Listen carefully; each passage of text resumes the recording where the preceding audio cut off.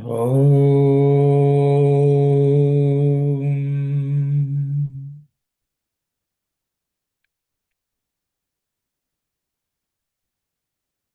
Om.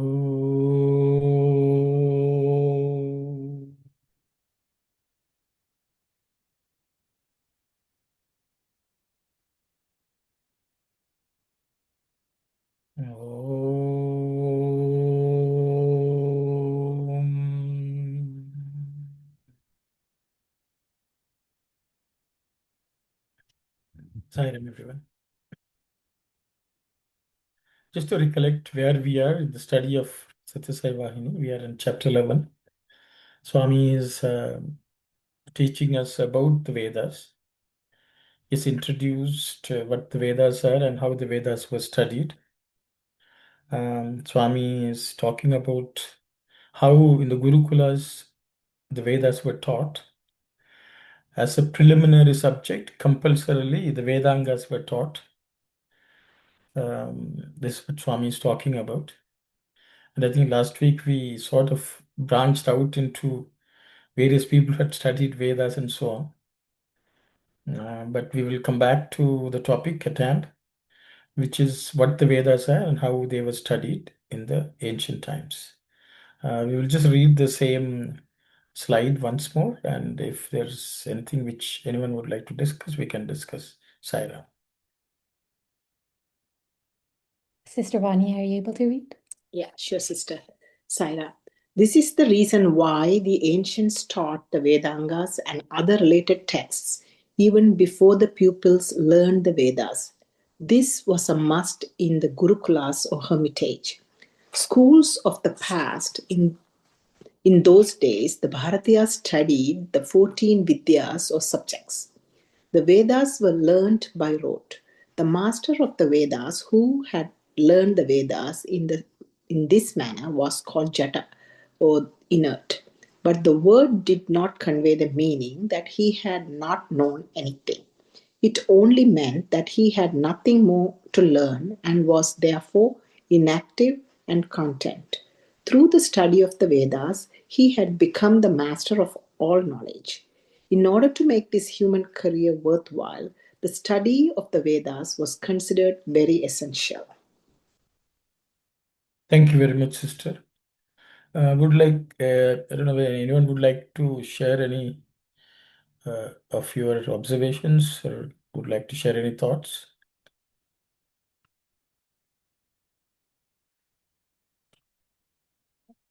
If not, we can read the next slide. One, thanks. The stream of Indian culture always emphasized the authority of the Vedas as the supreme authority for deciding the values of human living. Of the Vedas, the first is the Rig Veda. It is generally considered as composed of 10 mandalas or sections. In the first 9 sections, hymns in praise of God under the names of Agni, Indra, Marut, Ushas, etc. are found. Historians and researchers have suggested certain theories to explain how these hymns of praise arose. Men in those days realized that Agni, fire, Vayu, air, Marut, wind, etc., were far more powerful than they, and so they described their divine qualities and propitiated them. The second of the Vedas is the Yajurveda. This Veda has two recensions, the Krishna Yajurveda and the Shukla Yajurveda. This Veda refers to the Ganga river and its region. It is the source of Uttaramimamsa school of thought and interpretation. The people had by then demarcated the forest areas from the cultivable areas around the villages and had taken to habitation in the villages. There is a prominent reason that prompted the separation of certain portions of the Veda into the Yajurveda. The Yajurveda has 7 sections called Aranyakas or forest texts, indicating by that very name that it refers more to disciplines and spiritual exercises which can be practiced only in the seclusion and silence of the forest. Thank you, sister. Auntie, shall we read Telugu? Yeah. Sairam. Shall మానవుడు నరుడు తన జీవిత సాఫల్యమునకై వేదాధ్యయనం అనర్చుట ఎంతైనను అవసరమనియు వేద ప్రమాణములే. It's a long sentence, sorry. So, I think it's one sentence. Okay, full It sentence. covers both. You can, Auntie, you can read the second one. Veda Pramanamule Bharatiyuni. అవే వేద ప్రమాణములే భారతీయుని నిత్య జీవిత ప్రధానములని భారతీయ పరమార్థ వాహిని తెలుపుచూ వచ్చెను.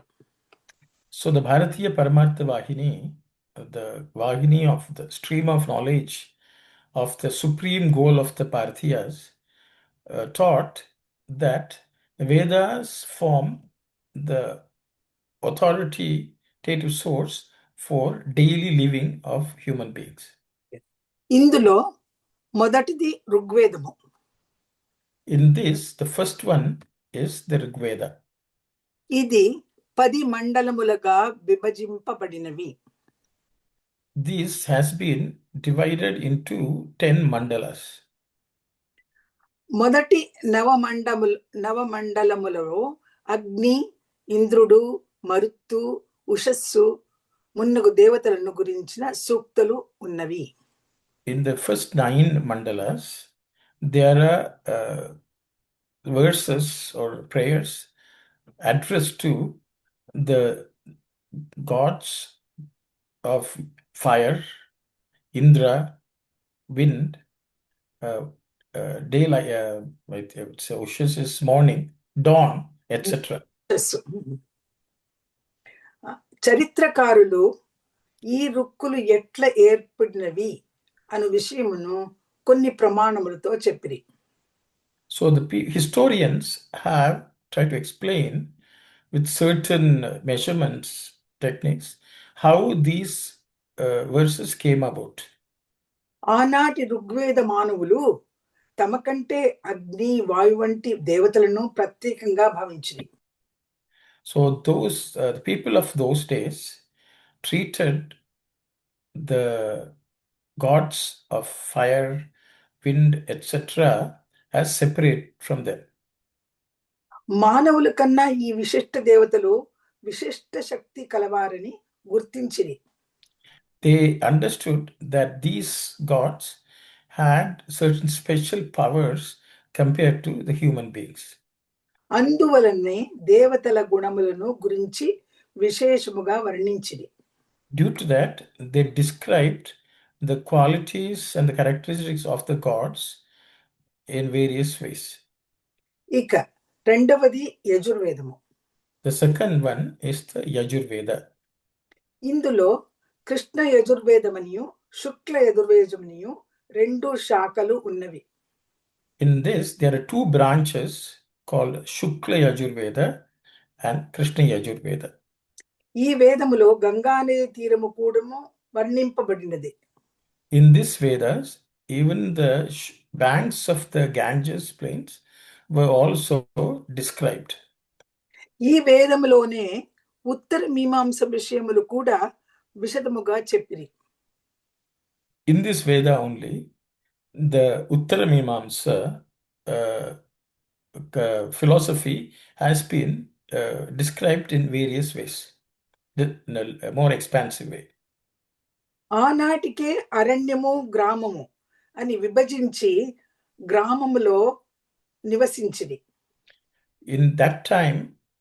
During that time, they separated the forest from a civilized area of a village. They separated them and then they lived in the village.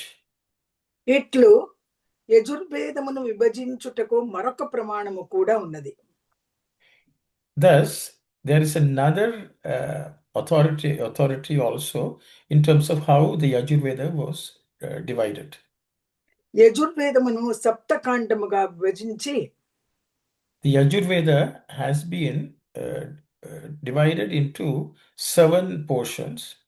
దానిలో అరణ్యమని అనగా అరణ్యములోనే అభ్యసింపవలసినది అని చెప్పటంచే They are also, there was mention of Aranya or the forest, and what has to be practiced in the forest was also spoken of. పై చెప్పిన గ్రామము అరణ్య విభజనము వ్యక్తము అగుచున్నది. In this manner, what was previously stated as grama or village and the forest, that division becomes very manifest. I think that's all, Auntie. That's it. Yeah, thank you. Sairam, so we will stop here. If anyone would like to discuss any of the points which Swami has mentioned here, we can discuss. I will open it up for a discussion. Sairam.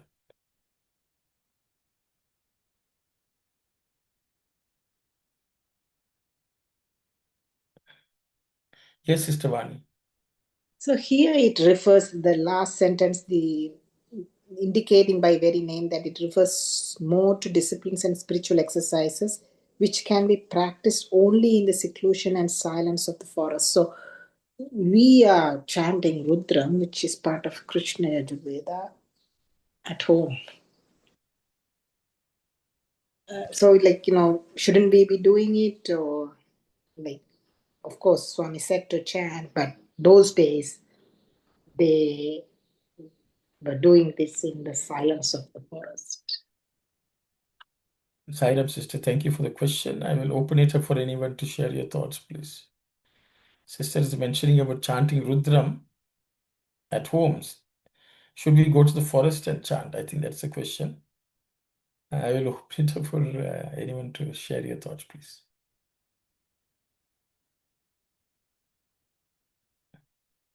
I guess no one is chanting, say. So I will go. Sister, the Rudram is part of a portion called Samhita. So each Vedam has 4 sections: Samhita, Brahmana, Aranyaka, and Upanishad. Rudram actually falls under the first section, which is Samhita portion, which is the section where mantras are chanted. So those are chanted actually at homes, in the grama, generally practiced by everyone, not necessarily those in the Aranya. Yeah. But there are many chants which we chant, which are from the Aranyaka portion also. Most of the suktams which we chant are from Aranyaka portion, or some of them are from the Upanishadic section also. So I will stop here. I don't know whether I answered your question or not. No, it's fine, brother. It's Yes, okay. Actually, Swami, in the Telugu section, Swami has not spoken about spiritual exercises which can only be practiced in the seclusion and silence. It's not mentioned at all. Swami is just talking that during the Yajurveda time, there was a separation between forest and civilized areas such as cities and villages. So that division came about during the Yajurveda time, is what Swami mentions. That makes sense, I guess. Right. So was Swami only saying that to say that by that time in history of man there was a division between village and forest? Because that's kind of what I was understanding. So Swami's just saying that at that time in human history we had divided life into forest life and village life. Whereas it seemed like previously, does that mean in the Rig Veda there were no villages at that time? It was a more primitive society? Yeah, good question, Kalyani. If anyone would like to share your thoughts, please.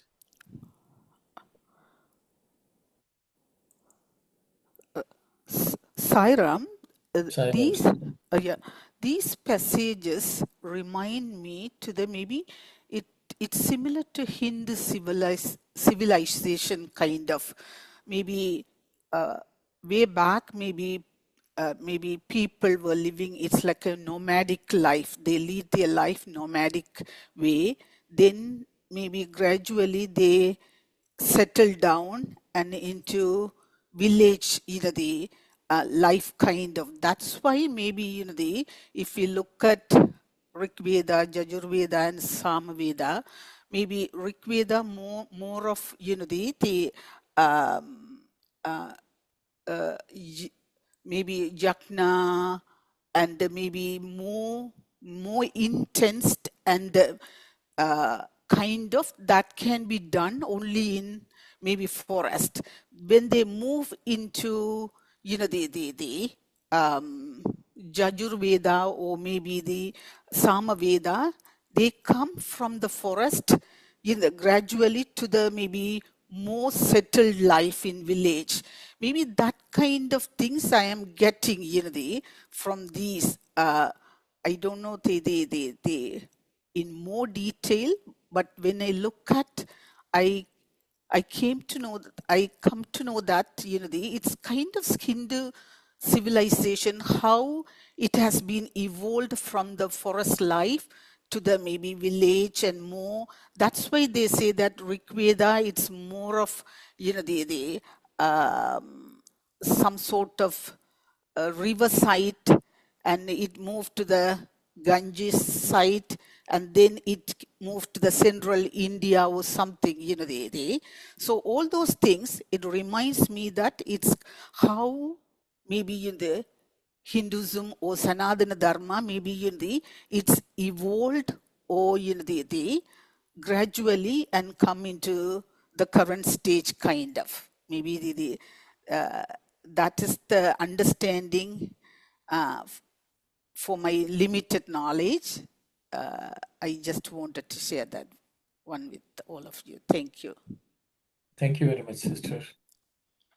Anyone else would like to comment? Yes, Sanjay, please go ahead. Not a comment. I have lots of questions in this section.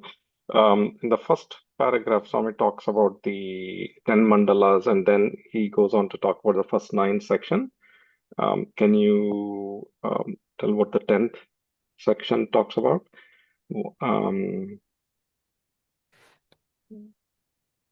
Okay, Sairam, Sanjay. Sa- Yes.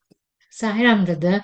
Yes. Yes, as Brother Sanjay said, there's so much in this thing. So, shall we go paragraph by paragraph to understand, please? Oh, line by line, sister. Oh, yes, line by line is very much good, I think. Yes, please. Thank you. Sairam. So, okay, we will go line by line. So, I think the first one, for every activity of human life, the yardstick or the pramana, the authority is derived from the Vedas. I think that's the first thing Swami says. And this is what the Bharatiya Paramartha Vahini is teaching. Is the first statement. Would anyone like to discuss that? Everything which we do gets the authority from the Vedas.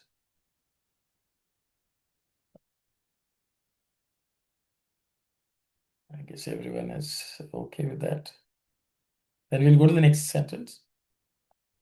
Then Swami says, of the Vedas, the first one is the Rig Veda. It's the way Swami is starting the section. Anyone would like to discuss that?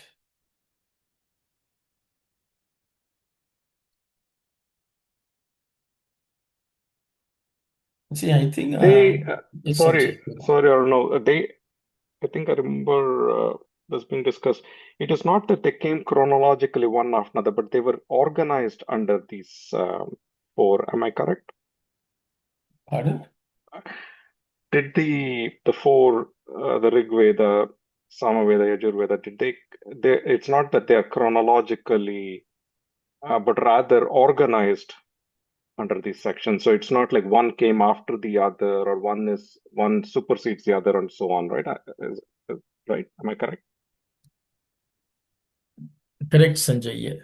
The reality is, it was Vedavyasa during his time that he categorized and collated the Vedas into these 4 sections. As you know, Rig predominantly with Rigs, which are poetry, Yajus, which is predominantly prose. He is the one who actually categorized it. But here Swami says, first, the general belief is the original initial stages of Vedic texts actually were poetic in nature, which is rigs. So to that extent, there's some sort of a chronology. Chronologically, they precede the prose is general belief. I think we can only take it from that side, not necessarily Rig Veda, which was collated by Veda Vyasa, which Swami is referring to here. Correct. So So, quick question: Is it more? Would it be or is it the better way to understand, or better way to understand that? Would it be that the evolution of the thought? yeah, so I think it's a good question. I think we have to go back a couple of, I think, chapters. Early chapters, right? Yes, that's what Yes. I was coming from. Yes. Swami has already mentioned, how the rishis, as seekers of truth, how they pursued. Swami has already covered. They started with certain ideas and then they refined it and then they refined it. And that's how they went to the Upanishads because they were not satisfied with the Karma Kanda and the Upasana Kanda. And then they went to Jnana Kanda. So I think there was some sort of form of what I would say is an evolution even among people. I think that's the way to put it. So I will stop there. I don't know if anyone has something to say. Kalyani, your question is, I don't know, still not answered. And just related to what we just discussed now, if it is an evolution, but everything in the Vedas is considered to be the word of God, is it Yes. not? So how can there be any evolution in that? Very good question.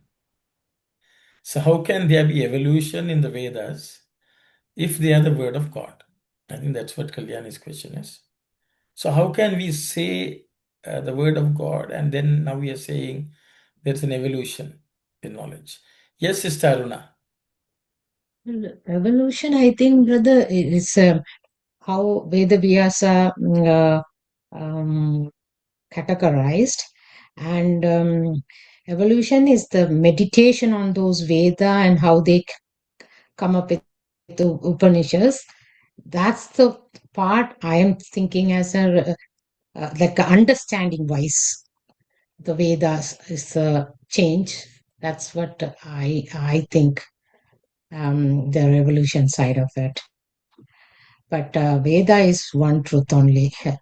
But how we perceived or how we Veda Vyasa composed or how Upanishads came like that. When we are Thinking like that side. collated. Yes, sister. What's that, brother? It said did not compose, he just collected. Collected, yeah. Categorized. Compiled. Yes, sister. Compiled, yes. Thank you, sister. Yes, Sai Satish, please go ahead. I was just going to say that the word of God or breath of God or the cosmic waves, however we want to say, was always there. But based on what you just said, also in terms of how the instrument we use, like earlier days, we had like this antenna that was sitting out of every house, and then you had to really fine tune on the kind of antenna that you had to collect what you had to broadcast onto your TV or things of that kind. That, if you see scientifically, has evolved with time to get the gadgets what we have today. So in terms of the waves and everything are the same, but only the instrument in terms of how it's being cognized and broadcast and perceived has improved. So that kind of a refinement. So like even the initial form of what it came as prose or it came as poetry and then as prose, all of that came about. But in terms of how it became more and more refined using Sanskrit as a medium for expressing that, and then further refined with categorization of them that was done by Vedavyasas. That's what came with time in terms of the Samskarana part, which really built the Sanskriti of what Bharatiya Samskriti is. So that refinement kept happening in terms of how they distilled information, but essentially the information was always there available for everyone. Sairam. Thank you very much, Sai Satish. Yes, Sister Vani. I also think the same way. It's our understanding, the people's understanding, and how it's relevant for today's time. That's the evolution, but the original word of God remains same. Thank you, Sister Vani. Yes, Sanjay. So it's a good question. Just to add to what Satish said, I think the refinement might be a more appropriate word than evolution. It's not evolution in the sense that what came later negated what was there prior, but it's more refinement in the sense that the prior also is true. This is also true. It is meant for different people in different stages of their that is more applicable to people that are in different stages of their journey. Just like we follow certain customs, traditions, while knowing that God is everywhere and we are God, but we still follow because our understanding today is more supported by the customs we practice, whether it's um, uh, with our, for an example, going to the Sai Center. We know Swamis everywhere, but we go to the Sai Center. Does that mean that we are negating Swamis everywhere by going to the Sai Center? We are not. Both can simultaneously exist, and one does not contradict the prior understanding. I think that's a better, so refinement might be a better word rather than evolution in terms of evolution could sometimes imply that the prior understanding was negated and changed, whereas this it may not be the right word, I think. Yeah. Thank you, Sanjay. Thanks.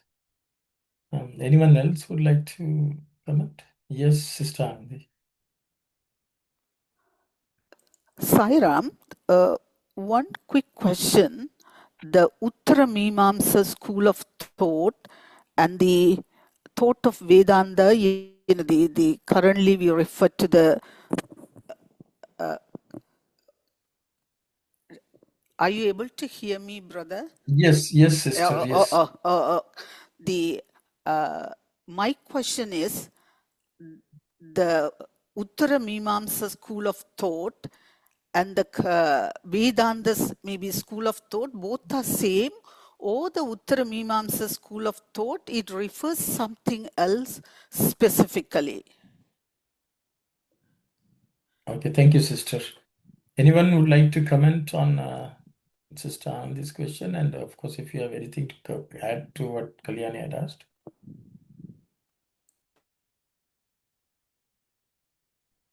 I just wanted to ask a clarifying question because so I was looking at chapter 3 of Sathya Sai Vahini. So Swami saying there, Samhitas are ancient and primary in the Vedas.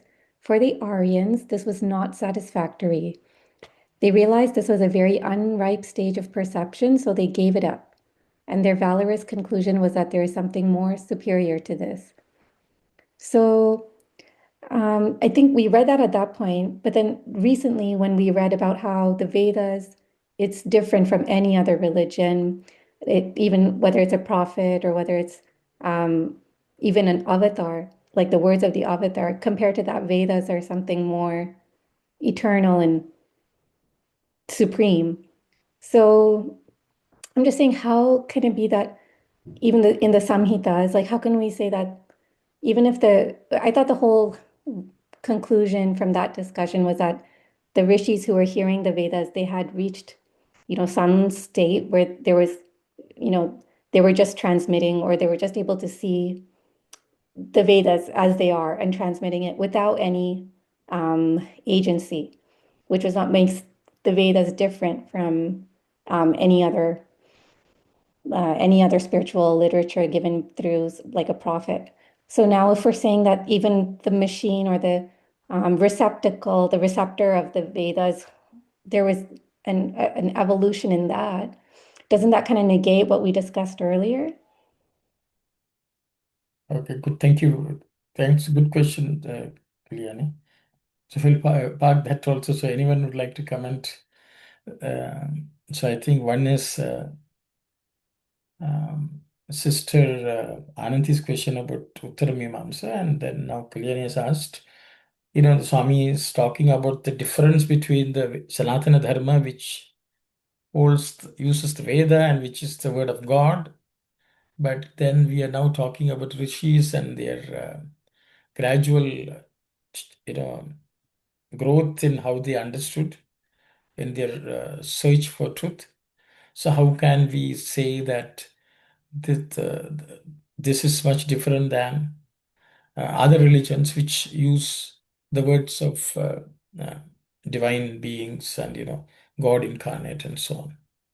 So these two questions, if anyone would like to discuss based on what we have studied earlier and your understanding of what Swami is saying now. Thank you.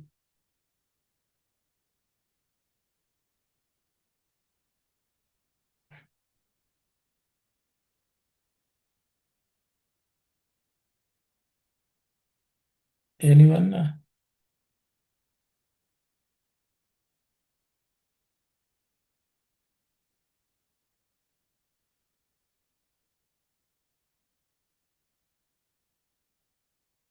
I guess no one.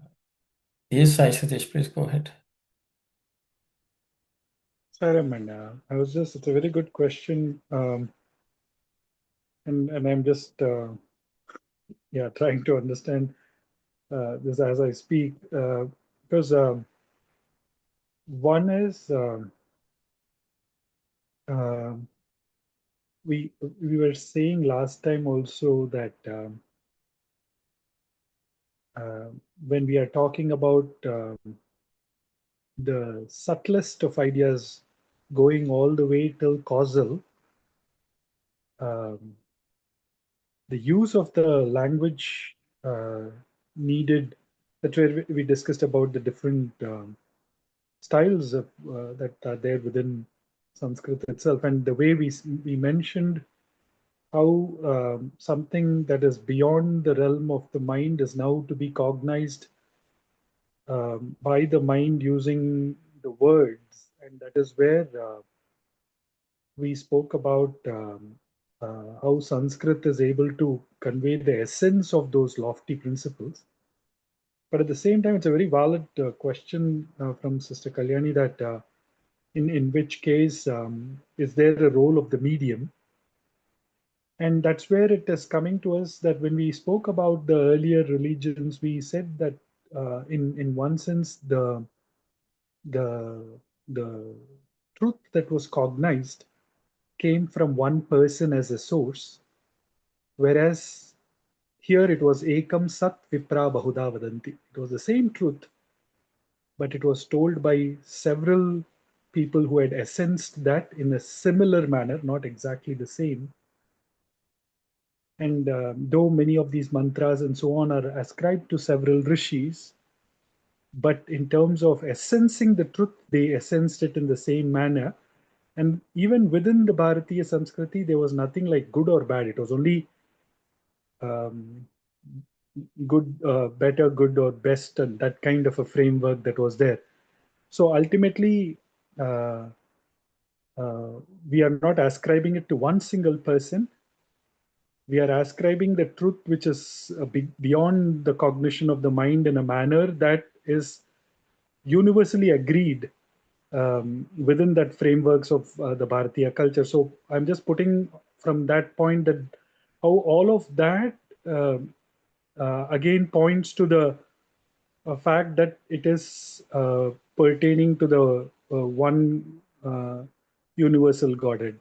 But I don't know if I'm really answering that question raised by sister, because again it comes down to the medium and how the medium now translates it. And in our perception, the sages not only cognized it for themselves, they were able to transfer that to the disciple who also essenced it in the same or similar manner, whatever it was. It's not just their thing, and it became part of their experience. When we talk about Guru Sishya Parampara, the whole of that experience that they had and passed it on to the disciple in a way that they could also cognize that truth in a similar manner shows that it doesn't get restricted through one single medium, which could be ascribed in other religions and so on. But I'll pause here. Sorry. Thank you, Sai Satish. Anyone else? Yes, Sister Vani. I was just thinking about Sister Anandi's question. So we learn Mimamsa, there are like 6 or 8 or some school of thoughts. Mimamsa means school of thought. So here Uttara means like it's a Purvanga, Uttaranga, like so Uttara must be the last part, and which is the last part of Veda is Upanishad. So that's all I was able to interpret. Thank you very much, sister. Thank you. Yeah, so I think if no one else, I will address Sister Anandi's question.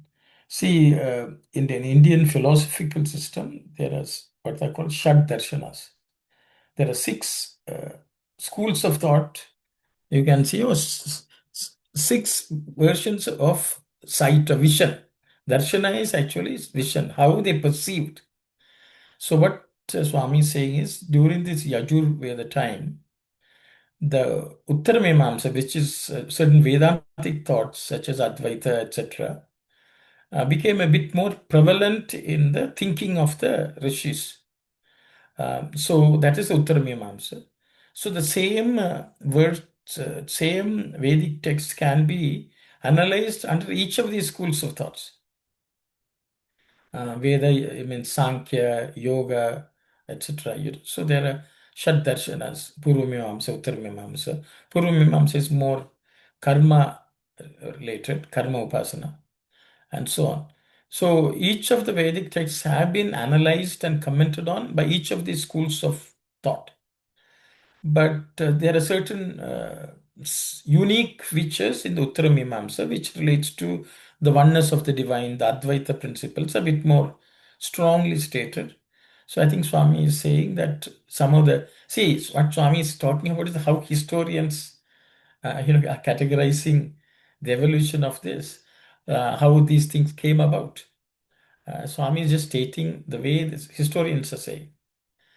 Swami is neither saying yes or no, but I think there is some validity to it.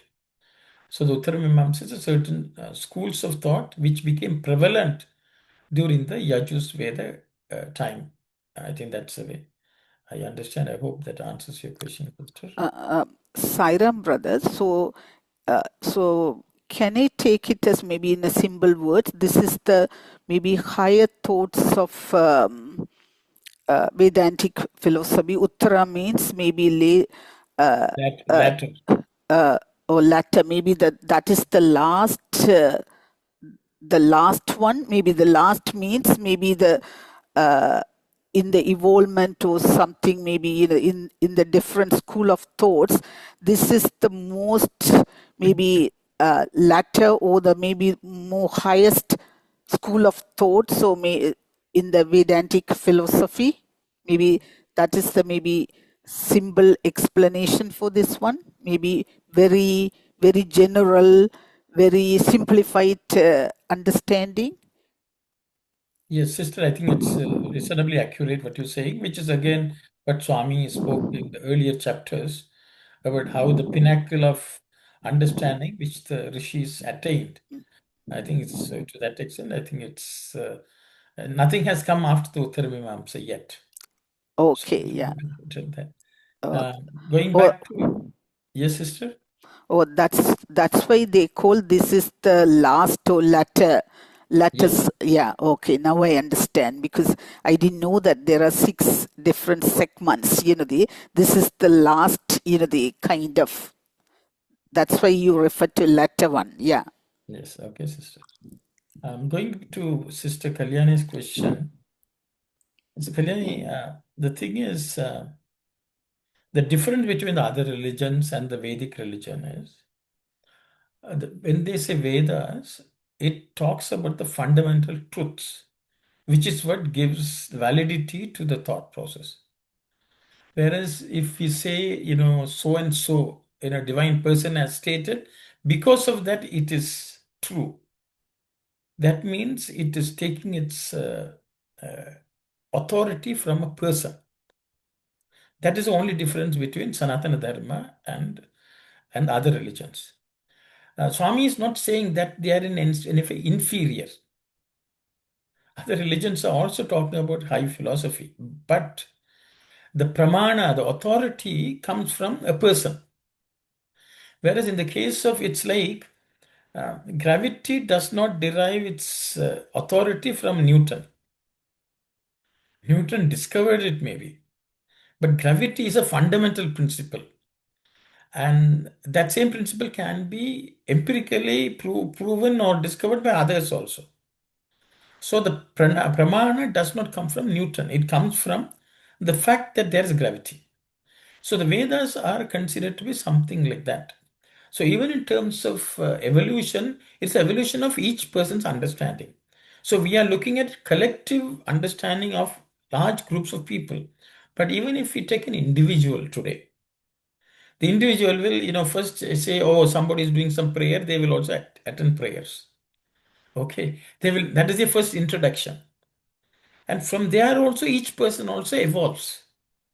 If they make effort, they will also evolve to understand why am I praying, who am I praying to, how should I pray, what is the meaning of my prayer, what is really achieved by prayer. So these are evolution of each individual also.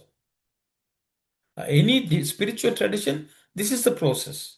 So you can take it from a historical perspective as a society, or you can even take it from an individual perspective.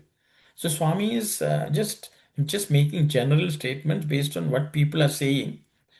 There is some validity, and I think he would like us to find out for ourselves. So the Vedas, they do not rely on their authority on an individual or a few individuals. They they are dependent on the fundamental foundational principles which are universal in nature. That is the only difference between Sanatana Dharma and other religious facts. If you ask somebody, they will say, "Oh, it's said in the Bible," or "It's said in the Quran." And if you say, "Oh, it's just a book, somebody said it," they will say, "No, you have to believe it." In the Vedas, it's completely open. You can challenge, you can argue, you can debate, but there are certain foundational principles everyone agrees on. So the Vedas are only talking about that foundational principles, and they don't necessarily derive the authority on the person who is saying it.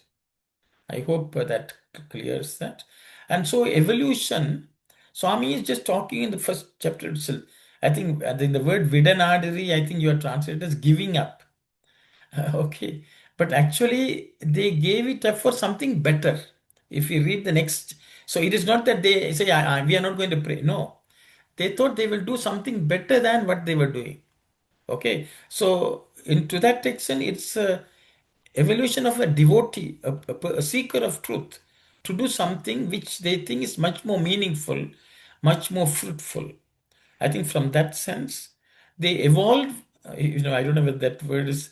I mean, they started doing something a little better than what they were doing before, which was may have been Samhita. I hope that answers your question. So so it is not that other religions are wrong or anything like that.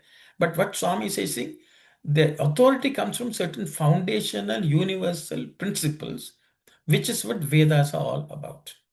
Okay, and there is a lot of room for one to explore, evaluate, seek, research, examine, and experience. So I think that slight difference, that kind of freedom is available in the Sanatana Dharma practice, Sampradaya. Okay. Yes, Sister Aruna, I think you raised your hand. No, Sairam brother, after this, after you complete only, I thought of asking. Yeah, as we agreed, shall we go line by line, brother? So we are still on second line, sister. We have not gone Yeah, anywhere. second law. So we have gone to You the want us to go Uttara further? Mimamsa school of thoughts and all. That is in second paragraph. We'll go to the first Okay, paragraph. okay. You Thank don't you, want to go to Saira. you want to Yes, stick to you don't want to go to the latter part now. You no, want no, to not stay in latter the. part. We'll understand the first part of it, please. Okay, okay. Sairam, sister. Because the question came up, so we discussed. Sorry about it. Uh, okay, then we'll go to the No, sorry. uh, next sentence is of the Veda. The first is the Rig Veda. I think that's what Swami says. Modattidi, I think Swami uses. So the first one is Rig Veda. Anyone would like to? I think no one wants to discuss that. So we'll go to the next one. So you can ask why first was Rig Veda. even in human nature, when anyone learns something, children are always taught songs, nursery rhymes, and things like that. They don't know what is grammar, they don't know how to make a sentence. They will just sing, chant, something like that. So Rig Veda is like poetry, it is to that extent. It does not spend so much time on, what the grammar is and all that. So it becomes a certain natural flow of poetry, which is the first in any language tradition. That's first. Yes, Sai Satish, please go ahead. Ramana, I just wanted to say, even in the case of Ramayana, when Valmiki has a shoka, they say shokaha slokatvam agataha. All of his sorrow and the thing that he felt when he saw the two birds, of which one was killed by the hunter, and then his whole thing comes out. It first comes out as that kind of a poetry framework, which then goes on to become Ramayana. So what you are saying in terms of, I think when one is in communion with nature and God, at that kind of a thing, it just emanates more of a song. So that's where I was tracing it back to those kind of thing in Rick's being poetic in nature and being the initial framework that started off. So just wanted to add to that, Sarah. Thank you, Sai Satish. Okay. So if everyone is okay, we'll go to the next sentence. Just Taruna, can we go to the next sentence? Yes, please, brother. Okay. So Swami is talking about the mandalas. There are 10 mandalas in Rig Veda. And then Swami says the first 9 mandalas talk about Agni, Indra, Marutan. Each they are dedicated to various praises or mantras related to each of these devatas. And I think Sanjay had the question, what happened to the 10th? So I will just leave it at that. Yes, Auntie Mani, please go ahead.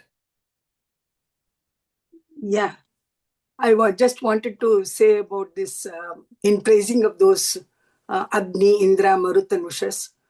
In the first part of the Vedas, the Samhitas, as soon the first thing what they saw was nature. These elements in the nature made them, they were all very wonderstruck at the hue, that Agni, Indra, Marut, they were the gods who were worshipped on those days at that time. So these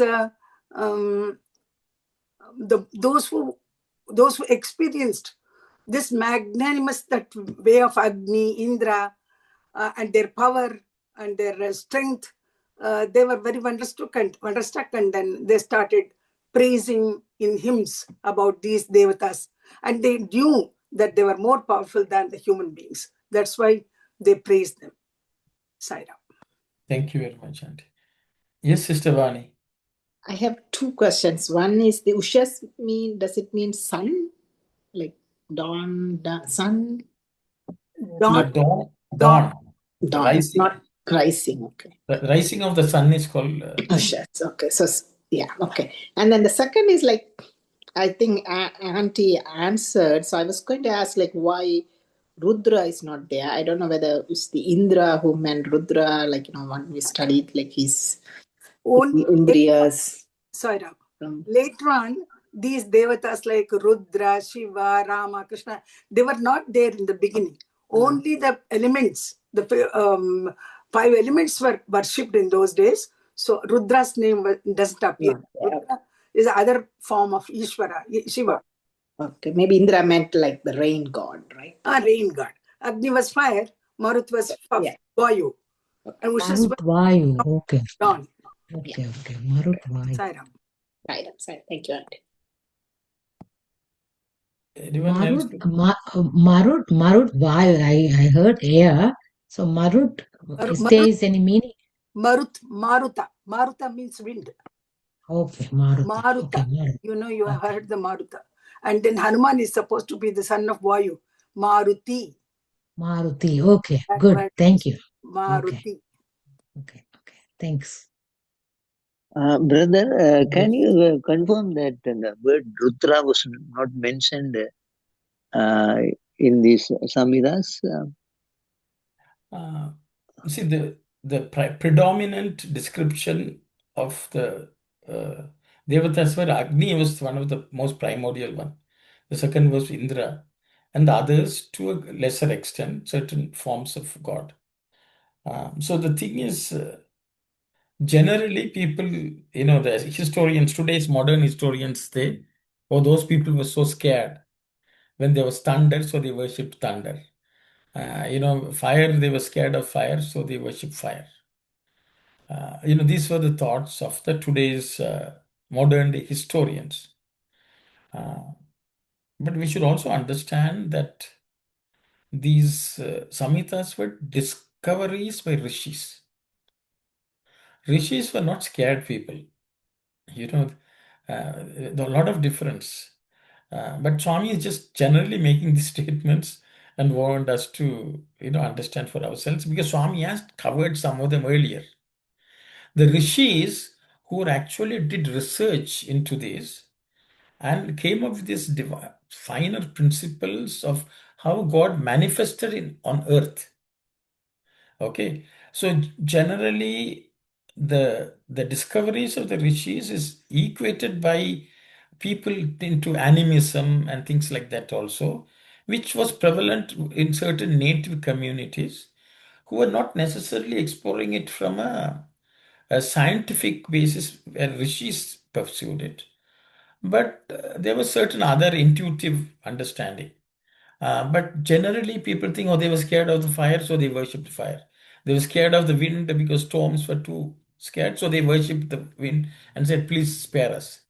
This is the sense in which modern day historians have tried to comment on the Vedic hymns. Unfortunately, even some of the translations are such that people will say, these are gods. But to say, see, even the concept of Rudra, Shiva, etc., in Vedic context and the Puranic context are completely different.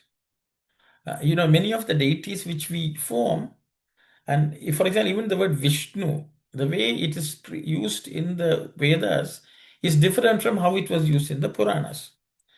And the concept of Shiva, which is auspiciousness, how it was described in the Vedas is different from Puranas. We have this Durga Suktam, but Durga Suktam talks about Agni. But many people, Durga means right away, we want to go to the Puranic concept of Parvati. And there is some parallel to it, but not necessarily. The Vedic hymns are not necessarily describing certain individual gods and descriptions. So even when he says Rudra, and Swami has commented on it, actually Rudra is another aspect of Indra only. When Indra is externally focused, Rudra is focusing the same principles inwardly is Rudra, which results in Shiva, which is auspiciousness. So these are some of the descriptions, teaching Swami has given in terms of even the word of Rudra. So in ancient times, Rudra was nothing but Indra. But a different aspect of Indra was Rudra, which is what Swami says. Brother Sivadas, I hope that addresses your question. I remember that Indra is equivalent to Rudra, but as you said, it is a better way of explaining one part of Indra. Yeah, thank you. It's okay. So the rishis all looked at them as manifestations of the supreme divine through these natural phenomenon, natural forces. That's the way they worship them, not necessarily out of fear and things like that. So though some of the words used may seem as if they were afraid, or that's the way they have been translated, unfortunately. So I will leave it at that. The 5 great elements which they saw, which the manifestation of that divine power, they were wonderstruck, and then they wanted to, in praise of them, as you said, they were scared of fire, Vayun. So they used to praise them, oh Lord, please save us. That's the way how it started. In Samhitas, especially the Samhita portion, I think. Saira. So Kalyani, I hope, I don't know if your questions sort of addressed some. Yes. So in the Rig Veda, is there any reason why they're broken up into these sections called mandalas, whereas I think later on they're khandas? Is there any significance to that? Or? So, so I think from what I understand, that was the work of Vedavyasa. He basically wanted to make sure that the knowledge systems are perpetually maintained. So what he attempted was to collect them, categorize them, and make it available for people to systematically study and keep the knowledge alive. Only for that purpose and for certain, so he grouped them under certain common characteristics and divided them. So that's the only reason these were formed, because he felt that way, different people can be assigned to different mandalas. That way they will keep that system alive. So that was the service which Vedavyasa did. Before that, it was one huge mass of study. Okay, so he categorized them for study purposes. That's the only reason. And I think what Sanjay asked was 10th mandala. Maybe I will just comment on that. The first 9 mandalas are just purely suktas, which are in praise, samhitas. But the 10th mandala is a collection of some variety of miscellaneous aspects. They deal with some of the Varna system, and some of the practices also are covered under the 10th mandala, is the general belief. They are not necessarily, even the social structures and things like that are also supposedly covered there. I'm not an expert. It's a serious study for anyone who's interested. I hope that answers your question. Yes, Sister Vani. Sairam brother, the Google says Purusha Suktam is the 10th mandala. It's in the 10th mandala. Is that correct? Yeah, so I think it's a certain generic, how creation took place, how things manifested, what are the, social systems, and apparently it's a wide variety of. So in his categorization, he couldn't find one mandala, so he just grouped them. It's similar to what Atharva Veda is also. It was a collection of various branches of mantras. Thank you, sister. Thank you. I think you had explained that khanda also has the meaning of like sweet or sugar, that kind of meaning. So mandala means like orb or circle or something. Mandalas have certain geographical shapes. Okay, that's the understanding. So there was some pattern which he detected. So they became a mandala.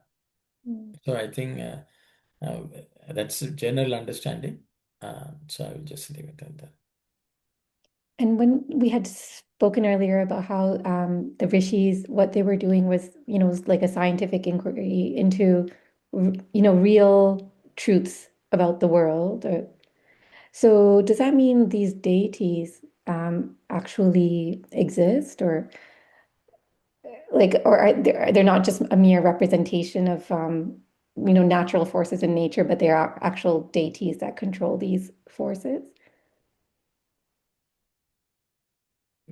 So anyone would like to comment on this? Do these deities exist?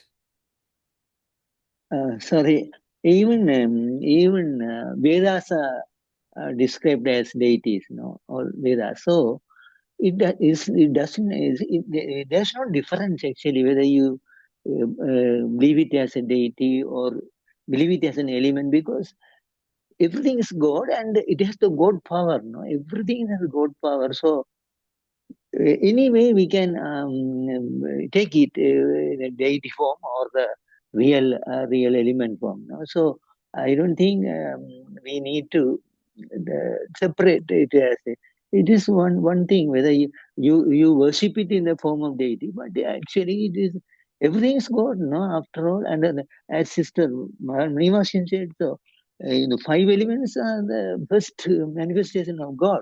So they are gods. They are God. Yeah, that's what I feel. Sorry. Thank you. Thank you, brother. Yes, Sanjay, please go ahead. So I have a question that I think I could probably add to the current question. See, though this is the 11th chapter in the Vahini itself, Swami is starting afresh here to introduce the Vedas to us. And here, in the last line of the first paragraph, it says, since those elements were more powerful than them, they described their divine qualities and propitiated them. Now, in Telugu, also the word Daiva is used, I think, right? Devatas. Devatas, right? So this is a purely, the question on how the transition from recognizing, yes, they are powerful, but to attribute something as divine. Should they not have known, or did they? One has to know what divine qualities are, what is divine, before attributing that to an element that they are seeing as just powerful. I'm just trying to understand here, trying to understand how the thought evolved there to consider them as divine. I don't know if that's making sense. Just looking at purely from how um, uh, how they worshipped elements, how they recognize elements as around them, and then from there, how did they make the leap from there to the creator and divine and so on? That's the question. Okay, thank you, Sanjay. Thanks for the question. Yes, Sai Satish, please go ahead. I'm just coming to Sister Kalyani's question.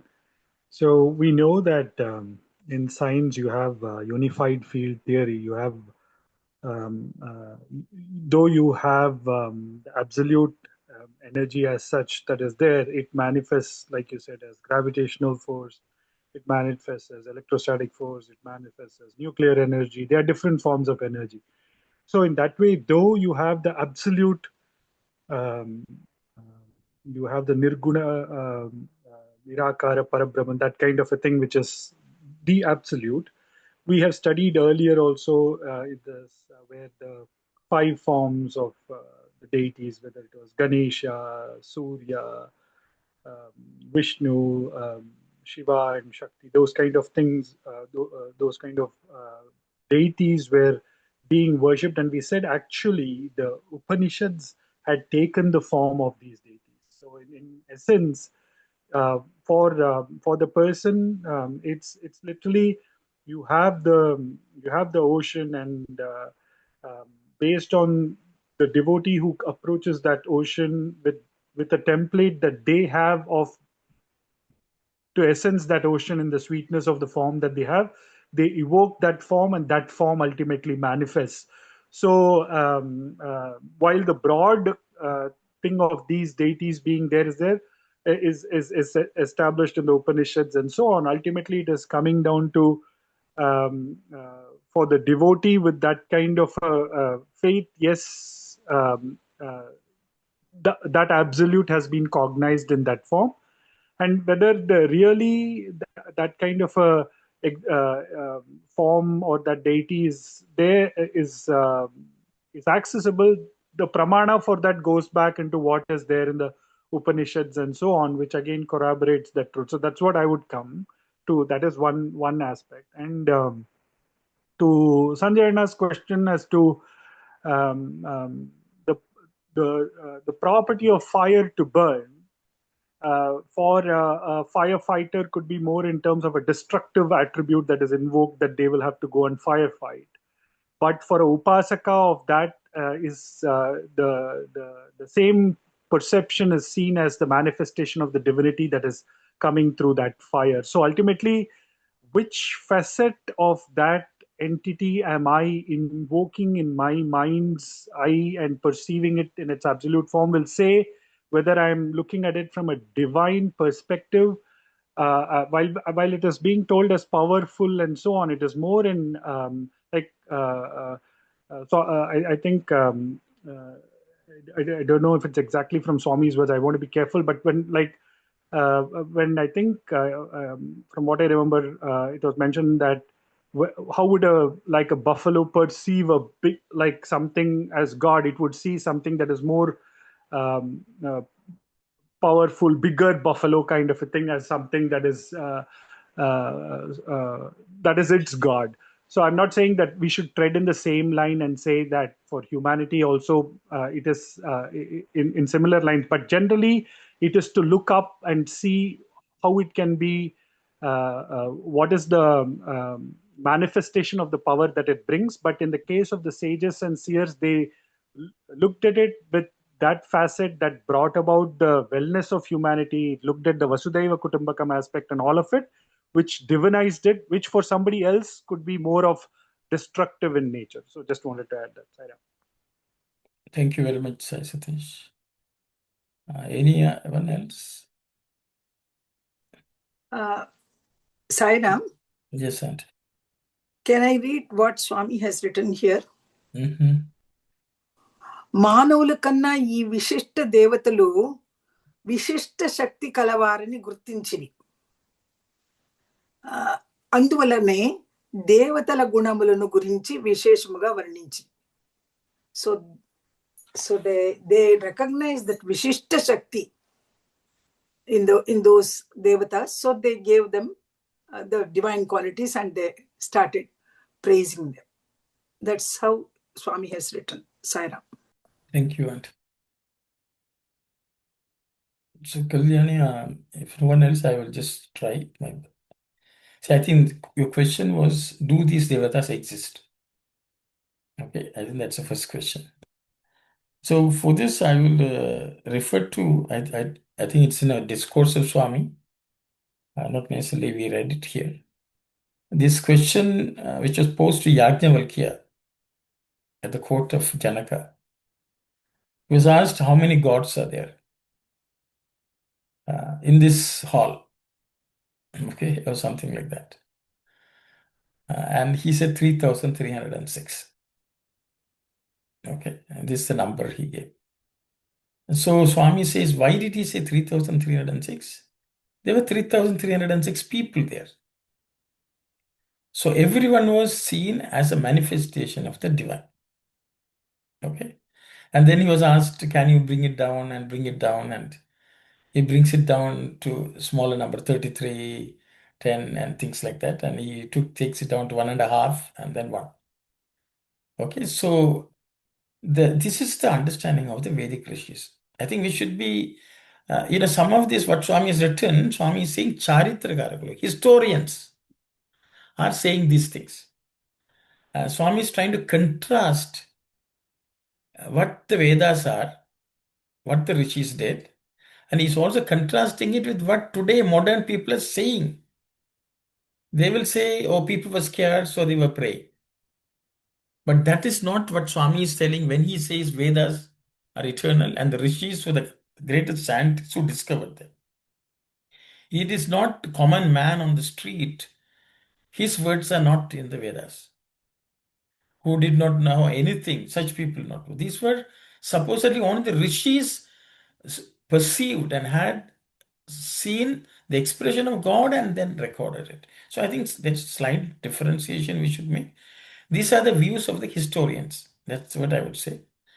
The thing is, devatas, the power, energy powers, are not necessarily present in a gross form.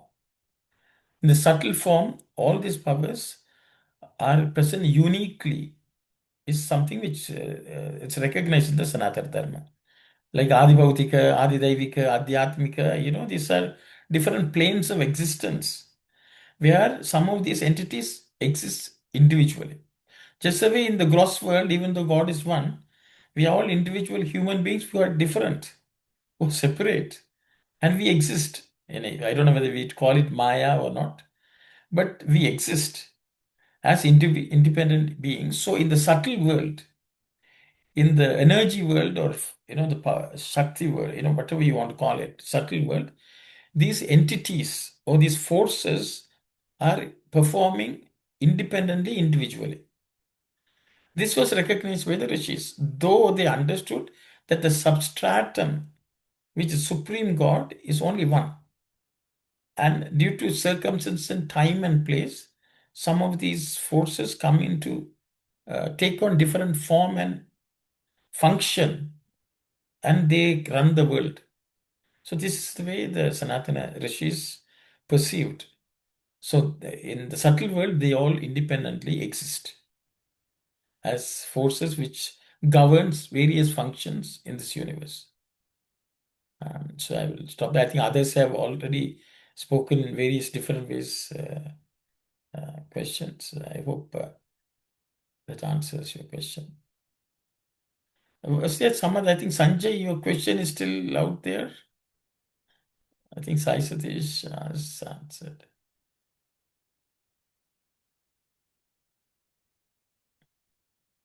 I think Sanjay has gone silent. Sorry, no. No, yeah, the question, I think Sai Satish did answer it briefly. Maybe I just have to think a little more about it, because I think it comes from now. When Swami talks about this historians, is the last line also an opinion of the historians, or is the last line Swami is actually saying that? All this is actually historians. I think Swami, at the conclusion, he will say what it is later. I think, Swami is this Purva Paksha, type of thing, because what happens, Swami makes statements, but he also wants to make sure that what others are saying also he documents here. But then later on, he's saying what the rishis found. And the Vedas have eternal, they have always existed.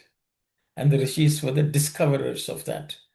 And they were rishis who discovered, not a common person. So I think we should separate, distinguish that. And that is the way Sanatana Dharma treats Vedas. The Sanatana Dharma people who study the Vedas do not think these are some blabberings of people who are scared. They are discoveries of rishis who were fearless. And I think that Swami has already addressed earlier on. Swami says they were not even afraid of giving up their life in the search of truth. To that level, they were fearless. To ascribe a fear to such rishis is something being done by historians today. So I thought I will just mention that. So that's the way I would read it. I hope. Yes, Sai Satish. Saramana, just to add to what you were saying, they were fearless because they knew that they are the Atman, and even if that they were to toss away that body, it's just okay. I'm going to finish this work and continue it in another body. Just that kind of a thing, and you can see how that discussion happens between Alexander and the sage when he goes to meet, and he's standing there in near the ocean, and the sage is there, and he puts out that question. To the sage, he feels that the sage will be intimidated by his presence along with a huge army, and then the sage is unmoving. He says, "Do you realize who I am?" And that whole discussion happens, and he goes to the extent of threatening him that I'll kill you. He'll say, "Yes, you may.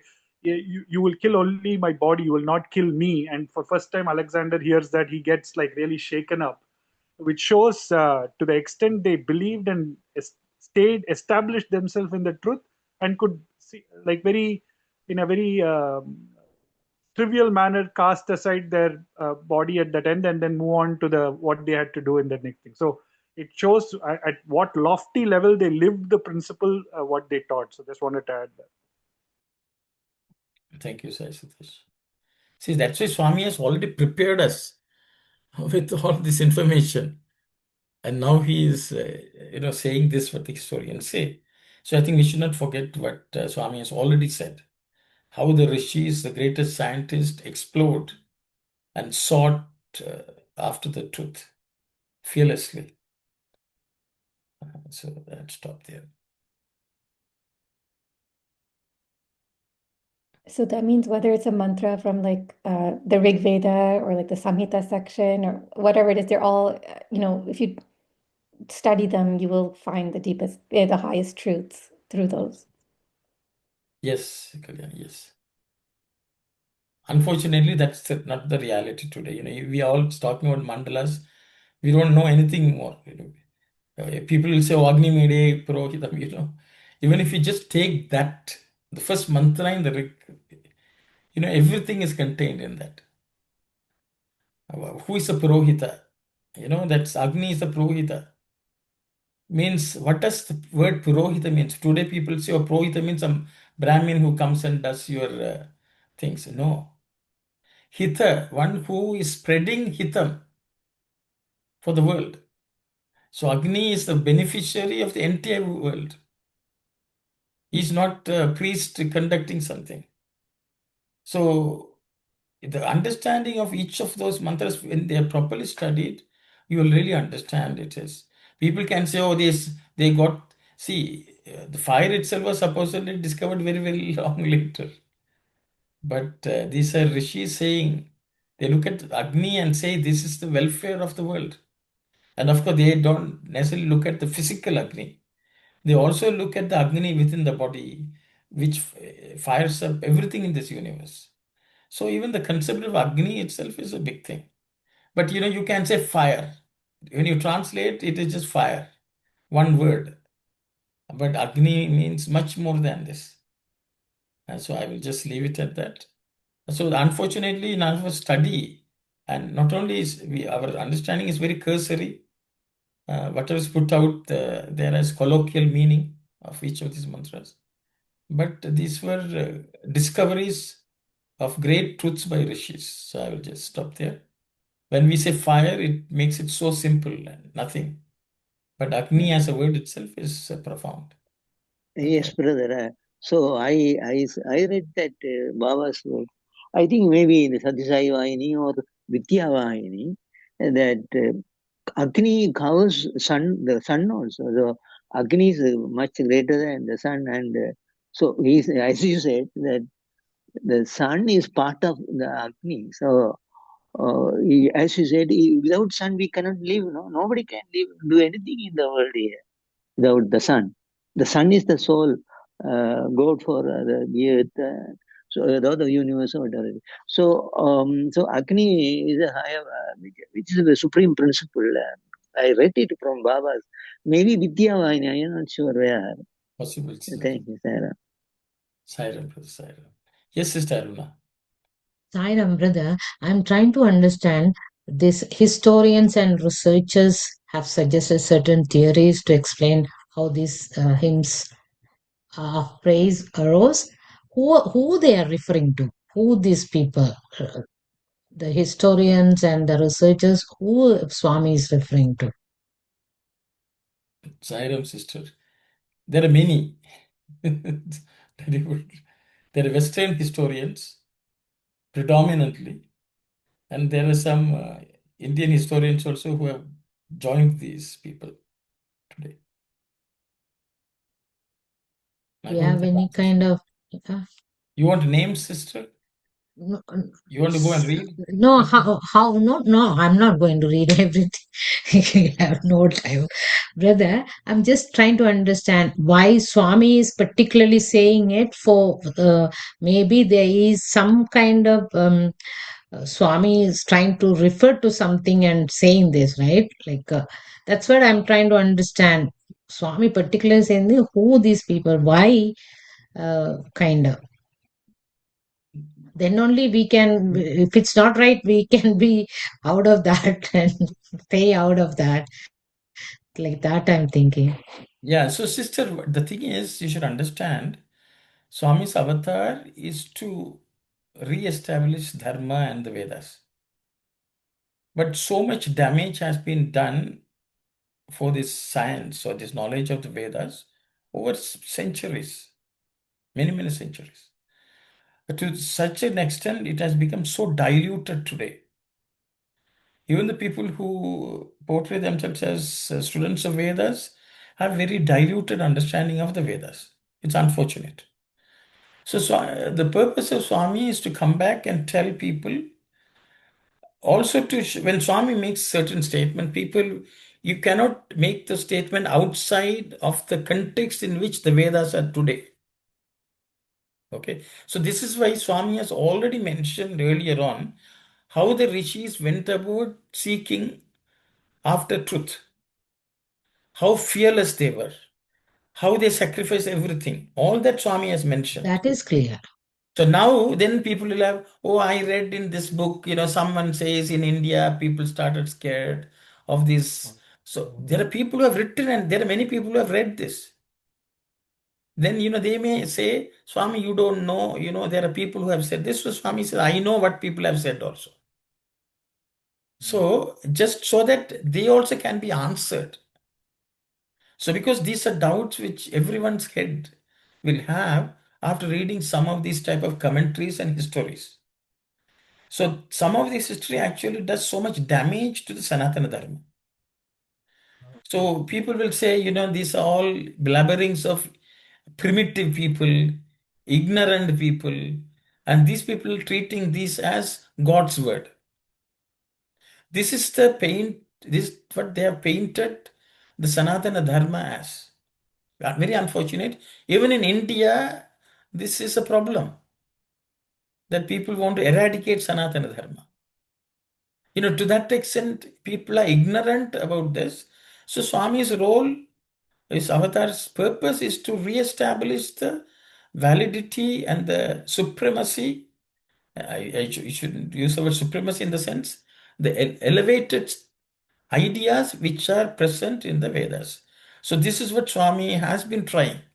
Swami has been struggling with this so many decades to explain to us what the Vedas are, what was the origin of the Vedas, what inspired the Vedas, who discovered the Vedas, and how did they go about discovering. So, but Swami is contrasting it how historians have said this, just documenting it for the purpose, so that Swami is also aware that this kind of commentary exists. Okay. Okay. So only from that, otherwise, we also should know what will be the arguments which people will say. So if you say I'm reading Vedas, then somebody will say, oh, these are primitive people who didn't know, they were scared. They chanted something and you are chanting it.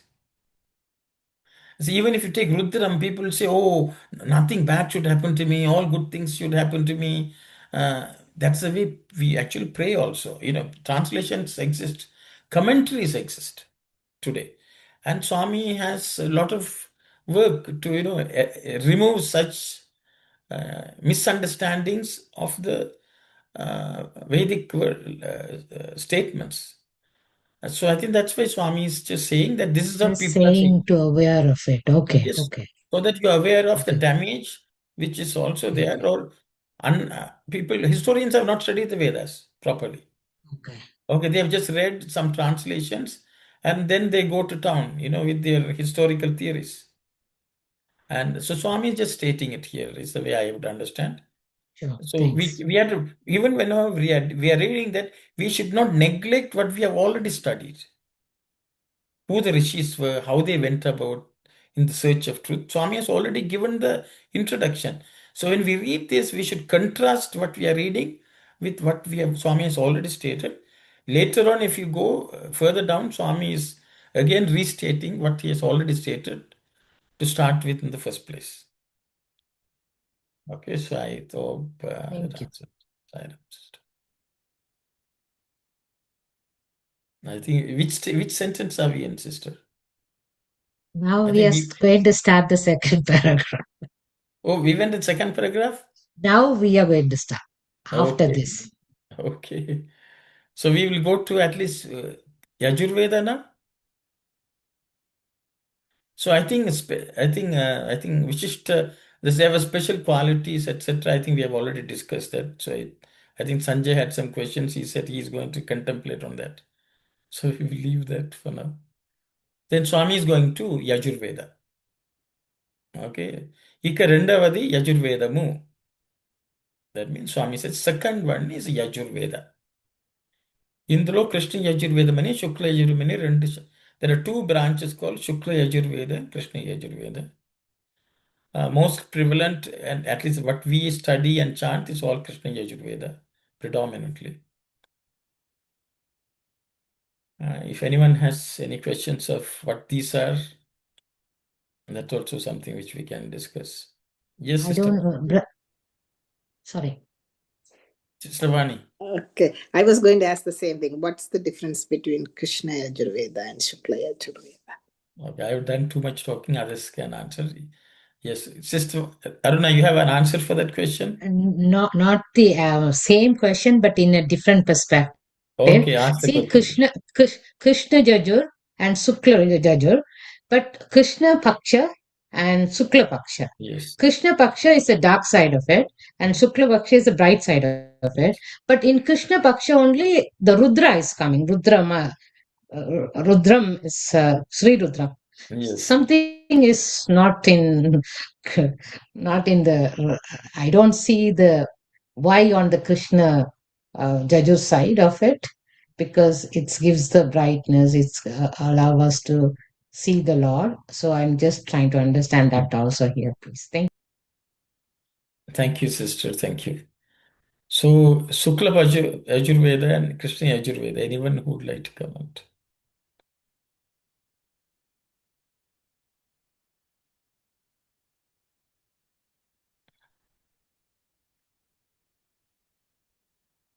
I think somebody has to speak up. I'm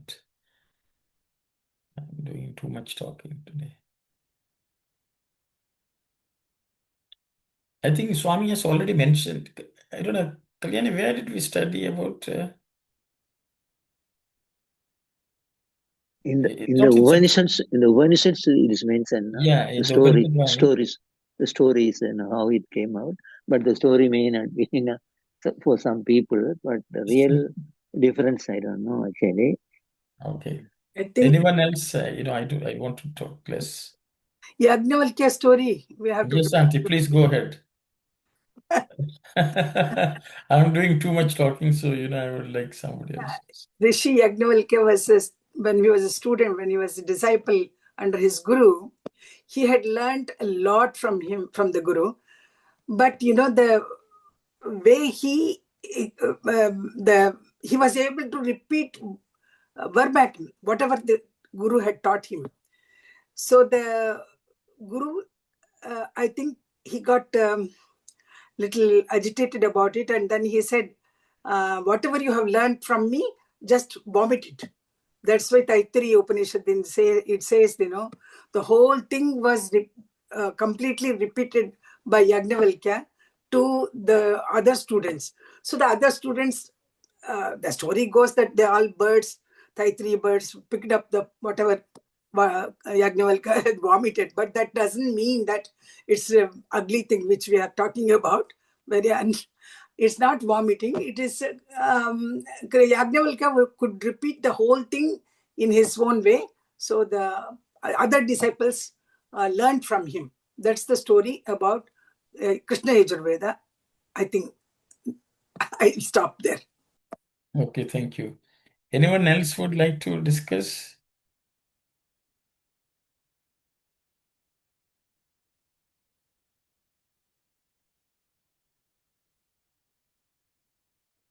Somebody has to. Yeah, sorry. I'm just thinking it could be like two different schools or something like that. Okay, sister. Okay, maybe I will see. The Krishna means dark, Shukla is white. I think that we are all clear. A couple of reasons. Yajnavalkya, as Auntie said, Yajnavalkya studied, and at least the Taittiriya Shaka of the Krishna Yajurveda is ascribed to Yajnavalkya as what he brought out from what he learned from his guru. And the guru said you had to go and start from scratch and learn. And so he's supposed to have gone and worshipped the sun. And through that, he attained some knowledge. And whatever he came out of that is considered Shukla Yajurveda. Shukla Yajur also, it means that which is well organized. So it's very clear and it's considered slightly smaller, I guess, in terms of Krishna Yajur compared to that. But he organized them in a very distinct way. That's why it's considered Shukla Yajurveda. Whereas Krishna Yajurveda is considered to be vast and not very well organized. So there were many shakas and so on. So that's why it was considered Krishna Yajurveda. means it's very difficult to navigate. Because that was also something which people have ascribed the name Krishna. So it is to study it, you need the help of some teacher who can guide you, even in terms of understanding some of the concepts which are ingrained in them. So that's the reason those two names were given. So as Auntie has already said, one of the things that is Taittiriya Upanishad, where Taittiriya Shaka, for that, what was studied by Yajnavalkya, he had to give up whatever he had studied. So the idea is that he had to teach everyone else and then he'll go leave the guru. So I think whatever he taught, others learned. They were called three birds. So there's a story of, he vomited and the three birds went and ate it. And, that's the story. But basically, it is vomiting means if you have learned something, to bring it out also is called vomit. Bring it out and share it with others. That's also a form of bringing out what you have already taken in. I think from that sense only we should take it. And that was learned by many others. And then he wanted, because just to teach him that should not have pride in what his scholarship was, what the ultimate lesson was. And once he gave up that pride, what came out was supreme. That's why it was called Shukla Yajurveda. It was granted that name. Just to show his own greatness as a student and a seeker of truth. I hope that's good enough for now. So that's how these two branches came about. So the Krishna Yajurveda is vast and more prevalent in India today. Okay, and Krishna also means very deep. Like why Krishna is black in color?